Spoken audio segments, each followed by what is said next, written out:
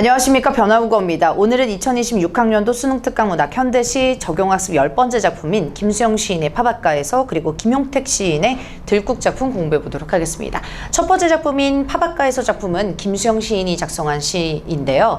이 김수영 시인은 많은 분들이 아시다시피 우리 풀이라는 작품, 어느 날 고궁을 나오면서 등등 이 현실에 대한 부조리적인 모습을 보여주면서 자신의 성찰 그리고 자조적인 태도를 보여주는 작품이 굉장히 많습니다. 이 작품도요, 얼핏 보면 겉모습은 사랑시인 것 같지만 이면적으로 안쪽으로는 현실을 노래한 작품이다 라고 생각을 해주시면 되겠습니다. 그럼 본격적으로 본문 살펴보면서 정리할게요.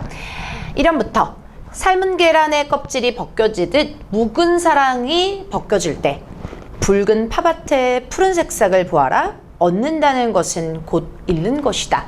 여기에서 보편적으로 나오는 우리 일단 이 사랑은 묵은 사랑입니다. 그래서 이 오래된 그 과거의 묵은 사랑이 벗겨지면 마치 붉은 파밭에 푸른 새싹으로 다가가는 그런 행위가 되겠는데요. 즉, 이 작품은 과거의 사랑은 잊어버리고 새로운 사랑을 찾아가자라고 하는 과거의 이 사랑의 미련을 버리는 그런 작품이 되겠습니다. 자, 그러니 첫 번째 비유적인 표현에 삶은 계란의 껍질이라고 하는 이 소재는 즉 과거의 사랑이죠. 즉 과거의 것이에요. 그래서 연관될 수 있는 것은 우선 묵은 것, 그리고 낡은 것, 그리고 경직된 것 이라고 상징할 수 있겠어요. 네, 뜻할 수 있겠어요. 그래서 그 묵은 것과 낡은 것과 그 경직된 것을 벗겨지듯 이 묵은 사랑이 벗겨진다 라고 얘기를 합니다. 그래서 이때 묵은 사랑 역시나 묵은, 낡은, 경직된 것하고 이어질 수 있는 거고요. 여기에서는 뒤에 붉은 파밭이라고도 나옵니다. 자, 그러니 여기에서 굳이 상징적인 의미를 따지자면 얘를 부정적, 네, 과거, 그죠? 그래서 이렇게 부정적인 시어를 묶을 수 있어줘야 됩니다. 자, 묵은 사랑은 다시 한번 뭐 요렇게 이어질 수도 있지만 이 과거의 사랑이자 기존의 가치다 라고 볼 수 있겠죠. 그래서 그 벗겨지듯 그것을 벗겨줬을 때 기존에 있는 묵은 것이 벗겨지고 거기에 푸른 새싹, 동그라미 칠게요, 을 우리는 찾을 수 있다라는 거. 그래서 푸른 새싹은 새로운 사랑을 의미할 수 있고 또 거기에 새로운 희망을 의미할 수 있고요. 쉽게 말하면 과거의 미련을 털어버리자라고 하니까 미래를 환기시킨다, 그런 소재로 사용할 수 있겠네요. 그죠? 자, 그래서 미래를 환기시키는 희망을 뜻하는 게 바로 푸른 새싹이겠습니다. 자, 그러니 이 푸른 새싹을 향해 가자라고 하는 이 화자의 변화 방향을 알 수 있겠고요. 변화 방향.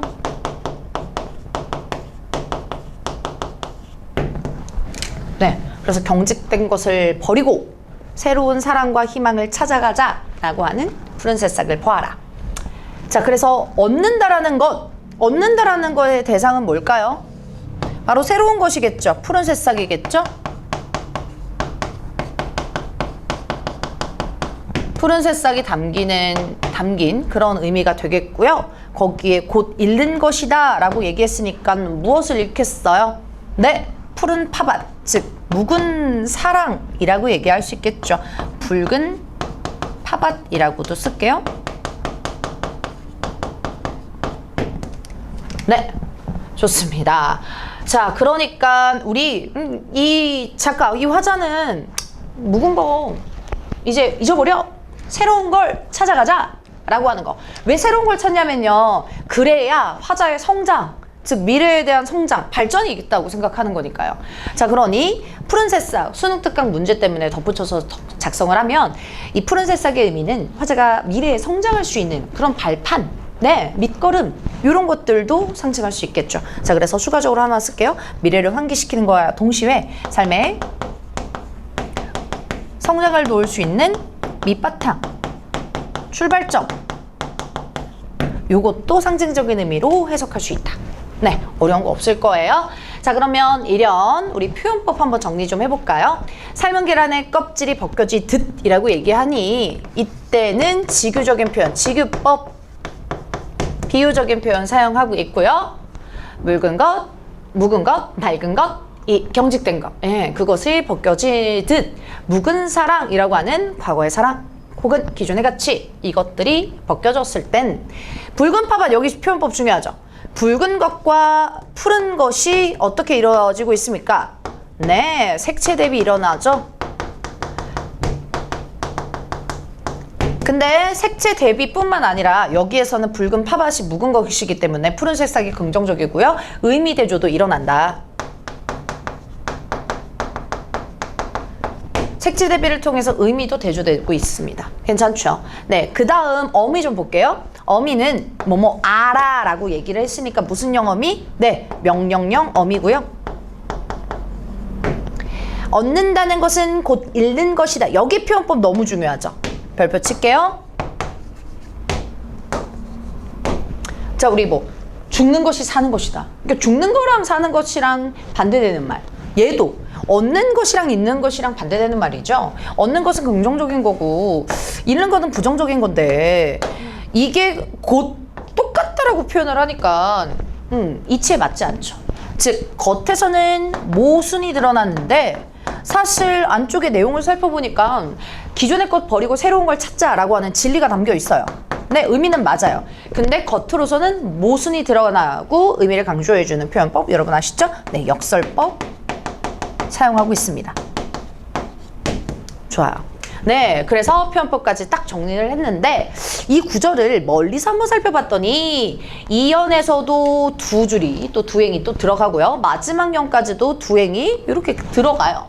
자, 그러니까 이 두 행은 계속 반복하고 있습니다. 그럼 반복해서 얻는 효과 바로 한번 써보도록 할게요. 자, 이 작품, 이 두 줄이, 두 행이 계속 반복되는 이유. 즉 동일한 행이 반복된다 라고 하면 사실 반복은 무조건 운율형성이죠. 운율형성. 또 여기에 의미가 담겨 있기 때문에 의미 강조 나왔습니다. 주제 강조할 수 있는 거고요. 그리고 여기에 사실 연마다 끊었을 때 마지막 부분에 있거든요, 여러분. 그러니까 구조적으로 혹은 형태적으로 안정감을 느끼게 하죠.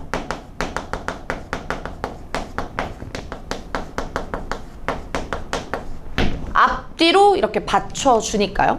네, 그리고 표현법 바로 또 어미가 뭐뭐 알아 라고 해서 명령형 의미가 반복됩니다. 명령형 의미.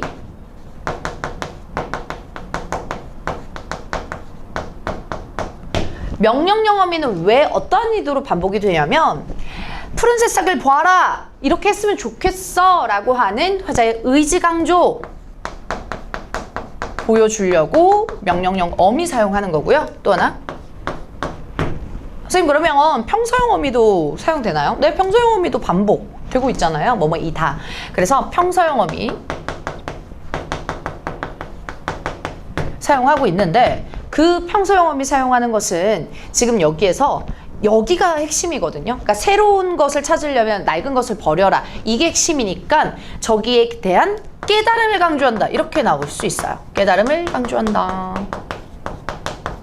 네, 그래서 표현법 중에 두 행이 그대로 반복되니까 요거의 효과 바로 좀 작성을 했습니다. 뒤에 부분 이어서 내용 살펴볼게요. 먼지 앉은 석경 너머로 너의 그림자가 움직이듯 묵은 사랑이 움직일 때 똑같은 행. 붉은 파밭에 우리 푸른색 싹을 봐라. 얻는다는 것은 곧 잃는다는 것이다. 이렇게 얘기합니다. 먼저 먼지 앉는 석경이, 석경은 경이 거울 경자거든요. 그래서 거울이에요. 근데 그 거울이요, 먼지가 앉아버렸대요. 그러면 새로운 거예요? 오래된 거예요? 예, 오래된 거죠. 자, 그러니까 여기서의 상징적인 의미, A에서 상징적인 의미. 얘는 옛날부터 전해져 내려오던 고루한 전통을 상징합니다. 네. 자, 어느 날 고궁을 나오면서라고 하는 작품이, 김수영 작가의 작품이 있는데, 그 작품에서도 되게 청동걸, 되게 오래된 유물이라고 얘기합니다. 그래서 오래된, 아주 고리타분한 이 왕궁을 나오면서 이제 쓴 작품인데요. 그 시어랑 유의성이 있죠. 그러니까 공통점이 있죠. 그러니까 오래된 기존의 가치관을 버려라 라고 하는 그런 의미가 되겠습니다. 그래서 고루한 전통인 먼지 않는 석경, 거기에 너머로요, 뭐가 보이자면 너의 그림자가 봅니다. 그러니까 사실 이 너라고 하는 이 지칭, 이 중심 대상을 실제적으로 보려면 그림자가 아니라 너를 직접적으로 봐야 되겠죠. 근데 거울 너머로 간접적으로 보고 있거든요. 그러니까 너의 그림자는요, 실존하는 너가 아니라 그냥 하나의 허위적인 너이다. 허상이다. 그러니 고루한 전통에 있는 너의 그림자, 이 하나의 허상이 움직이는 것처럼요, 묵은 사랑 앞에서 부정적이었습니다. 기존의 가치, 즉 과거의 사랑이 움직인다라고 하는 표현. 자, 근데 묵은 사랑이 움직이는 건 무엇이에요? 라고 하면 이 과거의 가치, 과거의 사랑이 추억되는 거죠. 추억될 때. 그러니까 옛사랑, 즉 과거의 사랑이 문득문득 떠오를 수 있죠. 자, 그러니까 그땐 떠오를 때요, 뒤도 돌아보지 말고 푸른 새싹을 봐 라고 하는 깨달음을 강조하는 거죠. 자, 그러니까 주제는 똑같습니다. 계속 강조하는 건 똑같죠. 묵은 사랑 버려라, 미련 갖지 말아라 라고 하는 거. 그래서 헷갈리지 마시고요, 우리 이 작가는 미련 없는 태도가 새로운 것을 추구할 수 있다라는 거죠. 그래서 미련 없어야 우리 새로움, 발전이 가능하다 라는 것을 지금 얘기해주고 있는 거고요. 그리고 표면적으로는, 지금 넘어가기 전에 표면적으로는 봤을 때는 사랑 얘기잖아요. 과거의 사랑 버리고요, 과거의 사랑 미련 없고요, 새로운 사랑을 추구하자 이거잖아요. 그러니까 쉽게 말하면 표면적으로는 사랑 얘기로 해석하면 전남친 전여친에 대한 기억 버리고, 그래야 미련이 없어야 새로운 사랑을 한다 라는 것을 의미하는 것입니다. 자, 그런데 이면적으로 보면 김수영 작가의 시의 경향을 살펴봤을 때 이 작품은 사랑이기도 하지만 이면적으로는 현실이기도 할 거예요. 왜요? 이 과거에 굉장히 부조리하고, 쉽게 말하면 썩은 정치 상황이었거든요. 그 부조리 상황을 버리고요, 이 새로운 세상을 열망하고 있다 라고 해석해 주시는 게 이 작품의 해석의 각각의 태도겠죠. 네, 의미겠죠. 이렇게 해서 이해해 주시면 되겠습니다. 그래서 자꾸 아니 파바스치 도대체 뭐예요? 뭐 이렇게 하시는 분들이 계시는데, 그러니까 과거의 것, 기존의 가치관, 부조리한 것, 이렇게 인식해 주시면 되겠습니다. 표현법 정리하고 넘어갈게요. 먼지 않은 석경 너머로 너의 그림자가 움직이는 것처럼 역시나 지규 반복하고 있습니다. 움직일 때 똑같이 동일해요. 반복만 쓸게요. 그래서 1년의 마지막 두 행을 그대로 반복되면서 실존하지 않는 허위, 허상이 움직이는 것처럼 이렇게 과거가 추억이 될 때, 즉 너의 그림자는 묵은 사랑처럼 쓰잘데기 없는 과거, 허위, 허상입니다. 그러니 인식이 되더라도 이제 새로움을 추구해라 라고 하는 화자의 태도가 되겠네요. 자, 그 다음 계속 가볼게요. 새벽에 준 조로의 물이여 대낮이 지나도록 마르지 않고 젖어있듯이 묵은 사랑이 뉘우치는 마음의 한복판에 젖어있을 때 푸른 밭에 푸른 새싹을 보아라 라고 의미합니다. 자, 우선 어떨 때 또 자신의 즉 새로움을 강조하냐 한번 볼게요. 새벽에 준 조로의 물이라고 했을 때 일단 단어 뜻, 조로라고 하는 것은 물 뿌리게, 입니다. 물 뿌리게. 자, 그러니까는 뭐 참고로 뭐 포르투갈어에서 뭐 기원이 어원이 된다라고 하는 건 참고로 해주시면 되고, 물 뿌리게의 물을 언제 줬대요? 새벽에 줬대요. 새벽에.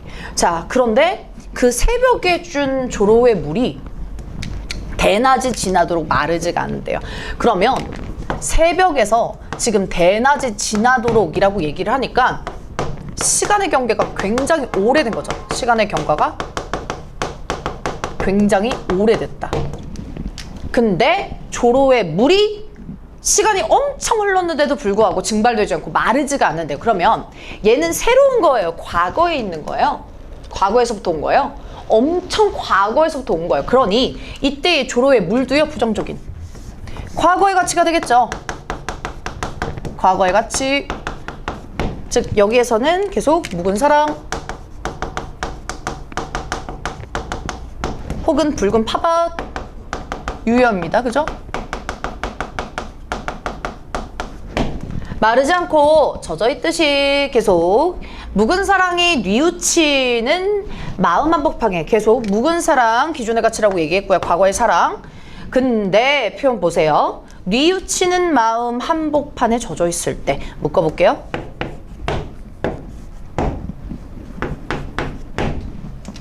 묵은 사랑이요, 계속 젖어 있대요. 즉 계속 내면에 맴돈다라는 거예요. 잊지 못하는 상황. 그런데 거기에서 있는 내면 중에 뉘우치는 마음이라고 했으니 화자 자신은 어떤다는 거? 어떻다라는 거?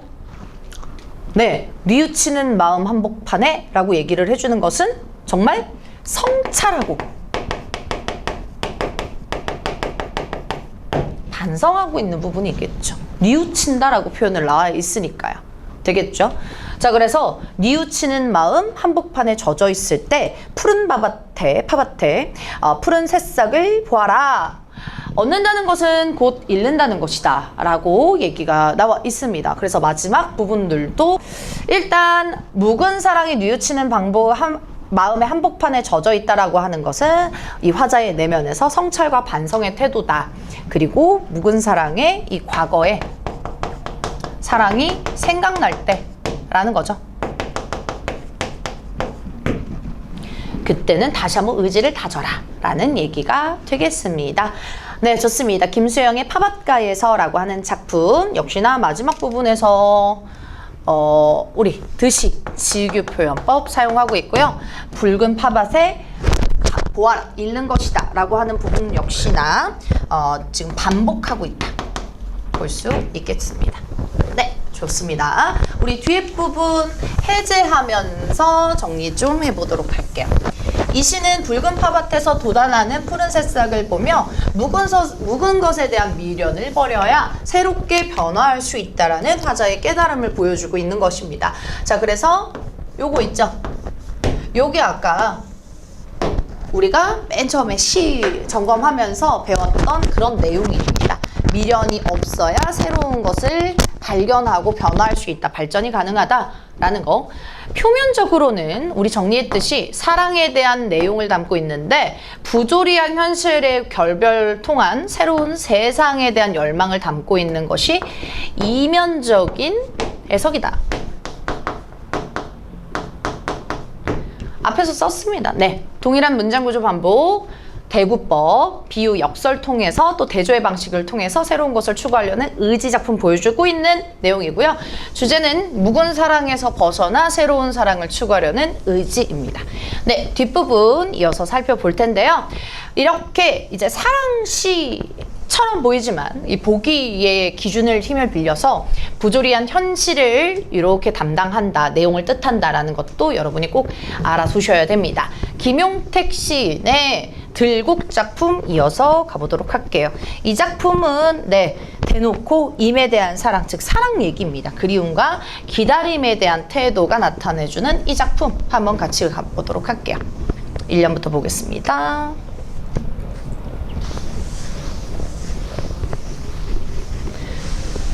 네, 1년부터 산마다 단풍만 저리 고우면 뭐한다요? 뭐한다요?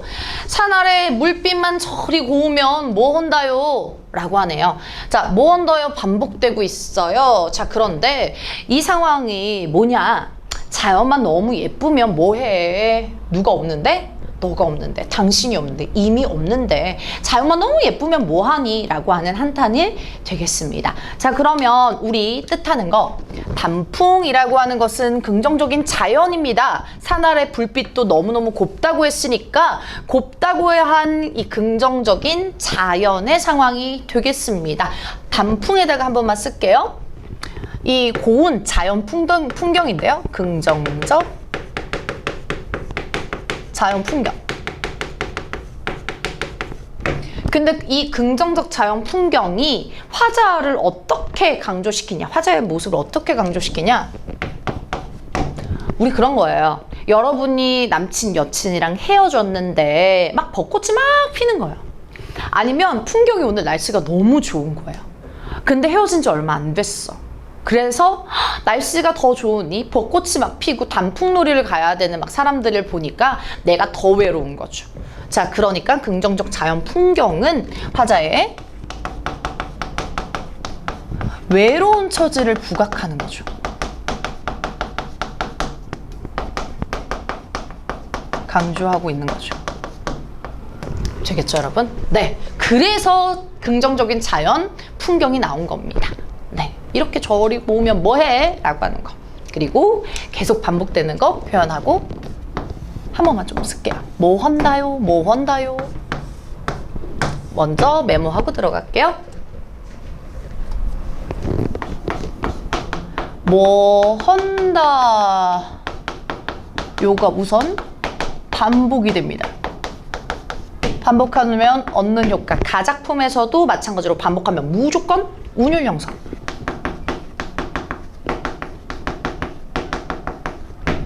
그리고 뭐해? 너가 없는데 라고 하는 화자의 정서 강조도 되겠습니다.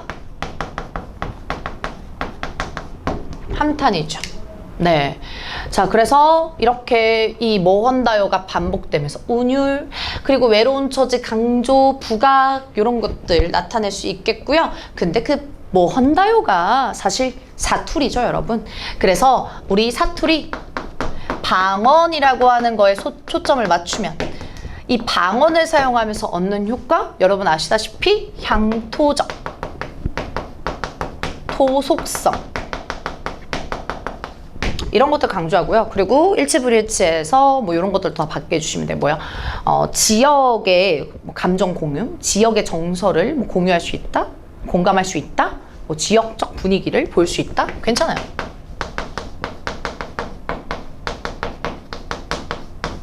요거는 참고로 뭐 헌다요가 전라도 방언, 전라도 사투리입니다.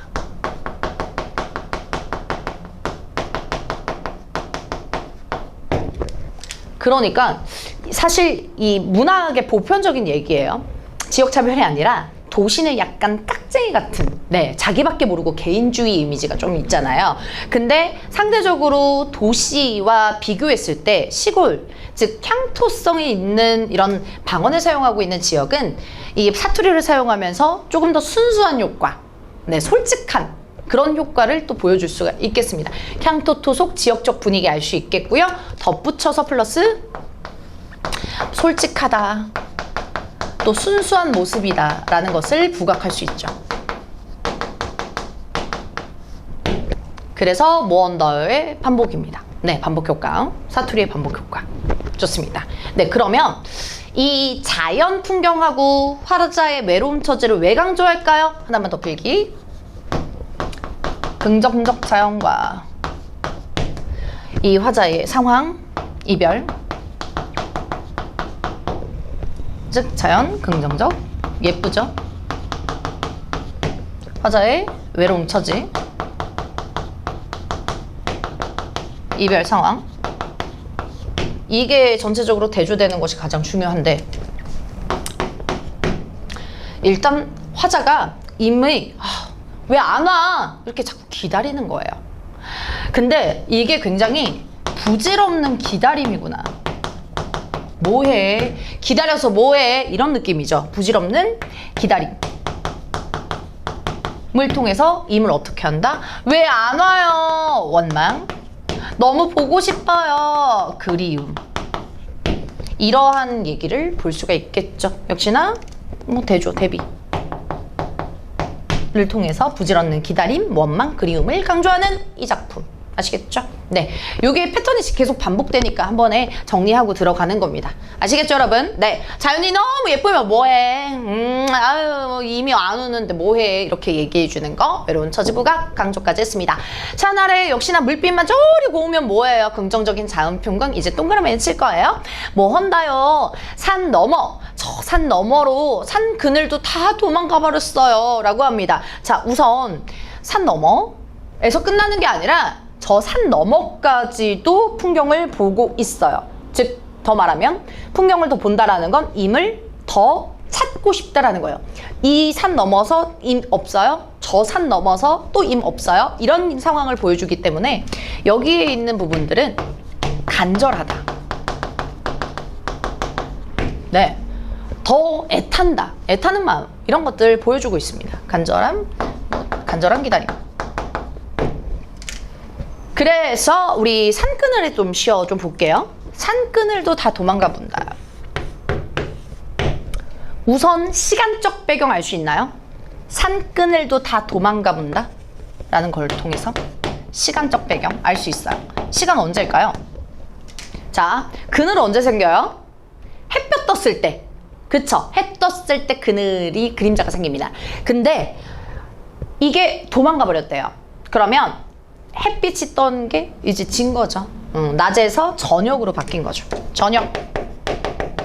그래서 산그늘의 시어는 도망가 본다랑 같이 합쳐져서 저녁이라는 시간적 배경 알 수 있겠고요.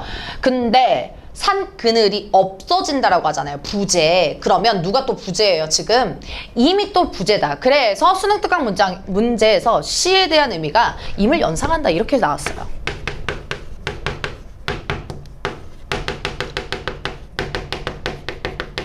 근데 그 이유는 담백해요. 왜 산그늘이 임을 상징해요? 라고 질문 던졌을 때 없으니까 도망간다 라고 하는 이 서술어랑 이어지니까 임 연상 소재 부재. 도망간다라고 얘기해서 단순하게 임을 떠올릴 수 있다. 연결할 수 있다. 라고 해석이 됩니다. 이해되죠? 산그늘도 없고 임도 없고 요거예요. 그 다음 산 아래 집 뒤안 하약 억새꽃 하얀 손짓도 당신 안 오는데 뭔 헛짓이다요 라고 얘기합니다. 자, 그러니까 여기에 산 아래 하얀 억새꽃 여기가 이제 또 자연물이겠죠? 자연물, 긍정적 자연물. 그것에 하얀 손짓이라고 표현을 하고 있습니다. 당신 안 오는데 뭔 헛짓이다요 하면서 임과의 이별 상황 직접적으로 나옵니다. 뭔 헛짓이냐? 이렇게. 그 다음 저런 것들이 다 뭔 소용이다오 라고 하면서 이 저런 것들은 이 긍정적인 자연 풍경이라고 얘기했어요. 뭔 소용이다요? 계속 반복. 어두운 산머리 초생딸만 그대 얼굴같이 걸리면 뭐한다요? 먼저 체크하고 갈게요. 어두운 산머리예요. 거기에 초생딸이라고 달이 떴네. 우선 배경 알 수 있죠? 뭐요? 시간적인 배경? 네, 여기선 앞에서는 저녁이었는데 여기선 밤이 되겠네요. 시간적인 배경 밤 알 수 있겠고요. 초생딸이라고 하는 소재. 그대 얼굴같이 걸리면 뭐하냐. 초생달을 보고요. 요 금음달을 보고 그대 얼굴 같다 뭐 이렇게 떠올리는 거야. 그럼 여기에서도 마찬가지로 임을 연상하는 소재다. 볼 수 있죠?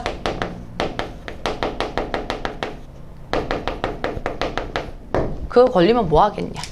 그 다음 계속 마른 지푸라기 같은 내 마음에 허연 소리만 끼어가고 저 달 금방 저물며 일단 넘어가기 전에 D 한번 볼게요. 이 보조관념 보이죠? 같은 직유법 걸려 있어서 원관념은 내 마음이고요. 그러니 마른 지푸라기라고 얘기를 해주는 거는 어떠한 내면? 중요해서 네, 아주 이제 임을 기다리다가 아주 바삭바삭 해주는 거예요. 그러니 중요한 거는 임의 마음이 아니라 화자의 내면인데 화자의 애타는 내면이다.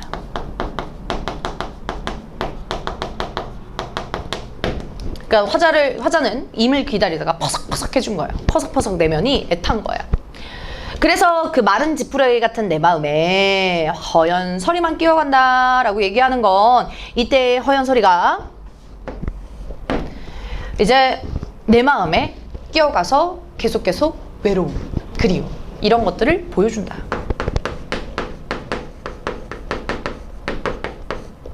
정서를 보여준다. 자, 넘어가기 전에 역시나 표현법 정리 좀 하고 갈게요. 산마다 단풍만 저리 고우면 뭐해? 라고 하는 뭐 한다고 뭐 한다요? 아까 반복하는 거 이렇게 할 수 있었죠? 자, 물빛 저리 고우면 뭐 한다? 뭐 이렇게 표현을 하고 있으니까 여기 전체적으로 한번 쓰게요. 시각적인 이미지 형상화하고요. 저 산 너머로 이렇게 넘어 반복하고 있고요. 상그늘도 다 도망가 불고 하얀 억새꽃 여기서 색채 이미지 반복 보이나요? 네, 색채 이미지 반복. 좋아요. 그 다음 당신 안 오는데 뭐 헛짓이나요? 그러니까 대조되는 상황 또 보여주죠. 어두운 산머리 초생딸만한 그대 얼굴 같이 드디어 지규 걸리면서 그대 얼굴이 원간염 초생딸이 보조간염 역시나 지규 반복하죠. 원간염 내 마음 마름 찌푸라기 보조간염 요건 다 하실 거고요. 그죠? 혹시나 했을게요.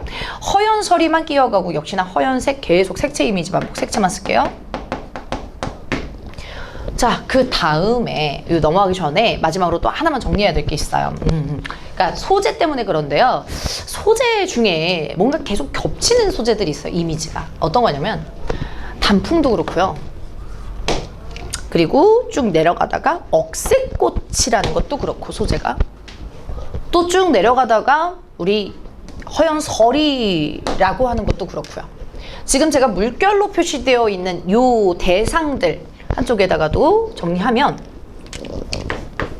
요 시어들의 공통점이 뭘까요? 단풍 그리고 억새꽃 그 다음에 뭐 서리 요런 것들의 공통점 이미지 계절 떠올라요? 어떤 계절? 네, 가을 이미지요. 가을을 연상하게 하는 소재들이 나옵니다. 자, 그런데 여기에서는 긍정적으로 쓰이는 거 맞아요. 자연물. 그러니까 예쁘다 이거죠. 가을 풍경이. 그런데 가을의 이미지로 또 들어가게 된다면 우리가 왜 가을 타니 봄 타니 뭐 이러잖아요. 여름은 상대적으로 그냥 무더위 덥고 네 봄은 또 생명력 뭐 이런 식으로 얘기를 하는데 가을은 쓸쓸하다 이렇게 표현을 합니다. 그러니 이때의 가을이 이때의 계절적 이미지가 여기 작품이 이별 상황이니까 애상적 분위기랑 연결이 됩니다. 애상적 분위기를 연상하게 한다는 거죠. 그래서 이 작품하고 네 어울린다. 이렇게도 해석이 가능해요.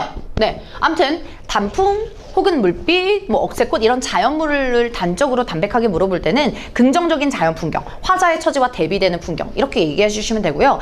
계절, 가을로 들어갔을 때 애상적 분위기랑 연결되나요? 라고 얘기하면 맞아요. 쓸쓸함, 고독함 이런 것들하고 어울리니까요. 그래서 이런 계절적 배경, 가을을 연상하는 소재들도 정리를 했습니다. 뒷부분 마지막. 세상길 다 막혀 막막한 어두운 천지일 텐데 라는 거죠. 뭐가요? 달이 금방 저물면요. 그러니까 화자는 계속 임을 기다리고 있거든요. 포기 안 해요. 그래서 계속 기다리고 그리워하고 있습니다. 그런데 만약에 저 달이 저물면 깜깜해서 잘 못 찾아올까 봐 세상길이 다 막혀 막막한 어둠이라고 얘기를 하는 거죠. 그래서 이때 막막한 어둠은 당연히 부정적이고요. 그죠? 부정적 상황일 수도 있고요.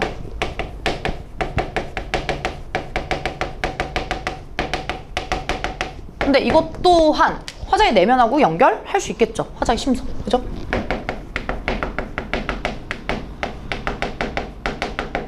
에탄을 내면 심정, 뭐 이별로 내면 다 괜찮습니다. 네, 천지 힐턴이 병신같이 바보 천지같이 이 가을 다 가도록 서리밭에 하얀 들국으로 피어있으면 뭐 한다요? 뭔 소용이다요? 라고 얘기합니다. 자, 그러니 병신같이 바보 천지같이라고 하는 이런 표현은 자신한테 하는 거거든요. 그래서 자신을 한탄하고 있어요. 그럼 이 태도는 뭐냐면 스스로 비웃는 자조적 태도라고 할 수 있고, 또 자탄한다 라고도 볼 수 있습니다. 되겠죠? 그리고 표현으로 바로 가면 비속어 사용하는 거죠. 그리고 덧붙여서 정서 직접적으로 보여줘. 내가 병신 같다, 내가 바보 천치 같아요 하면서 이 정서를 직설적으로 보여준다, 직접적으로 보여준다. 그죠? 이것도 표현을 스스로 자조적으로 표현을 하고 있다라고 생각해 주시면 되겠습니다. 이 가을이 다 가요. 시간이 그러니까 엄청 지난 거죠. 화자는 엄청 막막하겠어요. 막막함. 서리밭에 하얀 들국으로 피어있으면 못한다요 라고 얘기하네요. 자, 그러니까 누가요? 자신이 하얀 들국으로 피어있다라고 표현을 합니다. 그죠? 그래서 자신은 이렇게 피어 있다고 해도 너무 뭔 소용이냐 하는 애타는 그리움, 기다림으로 보여줄 수 있겠습니다. 예스. 마지막으로 이제 서리밭까지 정리 좀 할 건데요. 이때 서리밭도요, 서리 혹은 들국, 요거랑 이어지죠. 설이 나왔으니까 들국까지만 쓸게요. 다 가을을 연상하는 소재까지 정리를 할 수 있겠습니다. 네, 계절적 의미를 통해 애상적 분위기 연상뿐만 아니라 다 자연물이잖아요, 여러분. 너무 예쁘죠, 그래서 이런 선택지도 충분히 나올 수 있어요. 덧붙여서 쓸게요. 어떤 선택지냐면 이거는 굉장히 예쁘다, 서정적인, 즉 이 감성적인 감성을 건드려서 아름다움을 보여준다, 서정적인 아름다움을 보여주는 소재다 해도 괜찮아요. 그러니까 예쁘다 이거야. 단순히 예쁘다, 감성적으로 예쁘다, 뭐 달빛 뭐 이런 거 있잖아요. 소재들 뭐 메밀꽃 필 무렵에서 막 메밀꽃, 달빛 이런 것들이 서정적 분위기를 형상화하는 것처럼 이러한 소재들이 가을을 연상하면서 좀 쓸쓸하기도 하고, 그리고 서정적인 아름다움도 보여주고, 이런 것들을 다 상징 내포를 하고 있다라는 거 정리해 주시면 되겠습니다. 네, 색채 이미지까지 정리하면 뭐 반복 이런 것들 제외하고 다 정리를 했다라고 볼 수 있겠어요. 그래서 하얀 들국은 임에 대한 그리움, 기다림 이런 것들을 보여주고 있고요. 저기 자세히 안 쓴 거는 하얀 들국이 부질없는 기다림, 임에 대한 원망, 그리움을 나타내주고 있기 때문에 자세히 쓰진 않고요. 뒤에 부분 정리 한번 할게요. 이 시의 화자는 서리를 맞으며 가을이 깊어가도록 들판에 피어있는 들국의 모습에서 사랑하는 사람이 돌아오기만을 부질없이 기다리는 자신의 모습을 발견합니다. 다양한 자연물을 통해서 정서를 효과적으로 드러내고 있으며, 여기가 중요하죠. 아름다운 자연의 모습과 대비되는 화자의 쓸쓸하고 허망한 심정, 이게 전반에 깔려있다. 아, 이거 자연 예쁘면 뭐해, 너가 없는데, 이런 얘기를 계속 반복하고 있다라는 거. 그래서 임에 대한 부질없는 뭐 기다림, 막막한 기다림, 그리움 이런 것들도 나타낼 수 있겠고요. 표현 방식은 대조 너무 중요하고, 막막한 심정, 허망한 심정, 안타까운 심정을 중간에 자조적인 태도로 표현을 하고 있다까지 정리를 해줬으면 좋겠습니다. 네, 오늘 두 작품 공부했는데요. 가의 작품 같은 경우는 사실 보편적으로 팥밭가에서 붉은 팥밭? 이 붉게 물든 팥밭을 이렇게 껍질을 벗겨내면 푸른색의, 우리가 알고 있는 푸른색의 대파 같은 그런 초록색의 대파의 모습을 보이는 것처럼요. 기존의 것을 껍질을 벗기면 이 안쪽에 새로운 것이 나온다. 즉 보편적으로는 과거의 옛사랑, 전남친, 전여친을 잊고 새로운 사랑을 찾아야 된다라고 하는 그런 방향을 제시하고 있는 작품이지만, 앞부분에 김수영 작가의 시대관, 역사관하고 이어지면 기존의 부조리한 현실, 이 껍데기는 가라처럼 이 부조리한 현실은 잊고 새로운 세계에, 새로운 세상에 대한 열망을 노래한 작품이고요. 또 들국이라고 하는 이 작품은 이 임을 아주 계속 기다리는, 근데 스스로 자조하고 한탄하면서 기다리는 즉 풍경이 너무너무 예쁘면 뭐해. 나는 이렇게 하얀 들국으로 서 있으면 뭐해. 너가 안 오는데, 이미 안 오는데 라고 하는 막막함과 그리움, 또 기다림의 태도를 계속 이어져서 보여주고 있는 작품이었습니다. 네, 두 작품 이렇게 내용적으로 또 표현상의 특징대로 이렇게 정리를 해주면 되게 좋겠고요. 오늘 강의는 여기서 마치도록 하겠습니다. 저는 다음 강의에서 뵙도록 할게요. 고맙습니다.